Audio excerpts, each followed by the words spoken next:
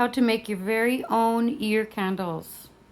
So homemade ear candles. And here I have Christmas ear candles and also Indian or native coloring.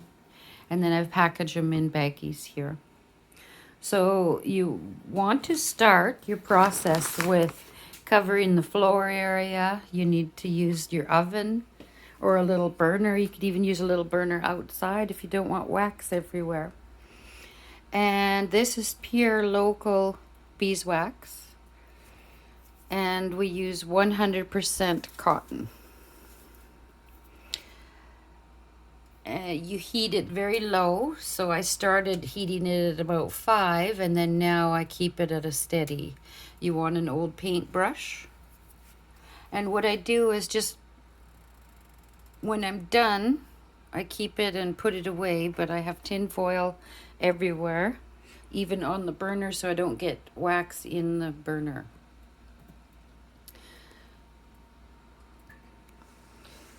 To cut your fabric, you snip it a little bit, and then you can rip it, and you want it about 1 inch, 2.5 centimeters wide. So I'll rip it right now. And I'm using about a 1/2 inch needle. So this needle here, you can have narrower or wider needles, that's up to you. But I like no larger than a 1/2 inch. So you can even have smaller. And you start at the point of the needle and you start upwards.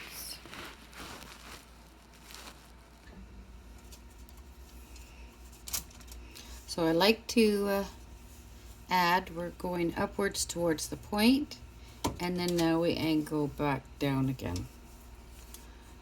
So it's about 1/2 inch wide, covers it, so we're weaving in 1/2 inch.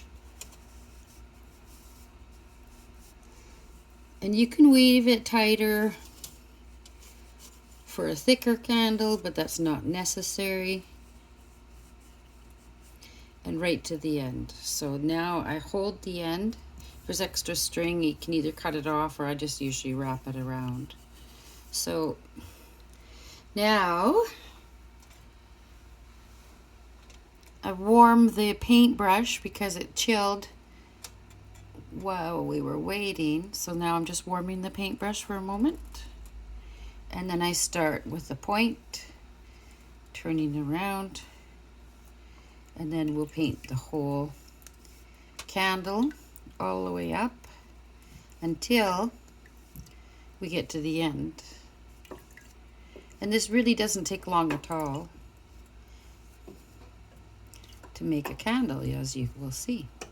So I'm leaving 1/2 inch or 1 inch at the top. Putting the brush on the side again.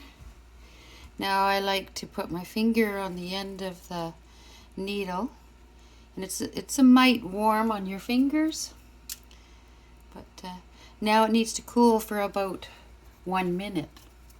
So I just use a jar to leave it sit upright, and then get the next candle ready. So while one's cooling, I'm painting and wrapping the other one, and so on. So I like to make 2 at a time because the wax is so hot that it takes a bit to cool before you can touch the wand for the next one. So now while this one's sitting, I grab the other one and just smooth with my fingers the point, because that's very important to make sure there's no seals, no openings. Make sure everywhere is all sealed. And here's the wonderful trick again, is to make sure it's cool enough to touch, and you just lightly twist and feel. I usually like to do the bottom too. So, and that's usually the bottom of the candle chills the first because it's the coolest, because it has the colder wand. And then you just gradually, see, I'm just lightly twisting, and gradually easing the candle off of the wand. Now look at that. That is the first candle.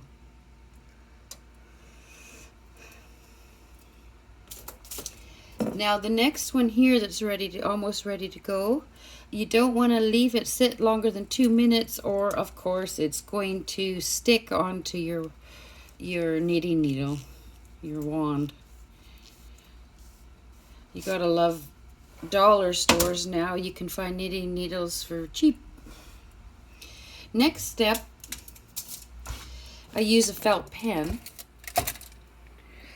and I've got this marked here at 4 inches from the point up to here, so 4 inches, and you want to mark all of them, and that's your burn point of where you do not go past. My next video will be how to ear cone. Love and rainbow light.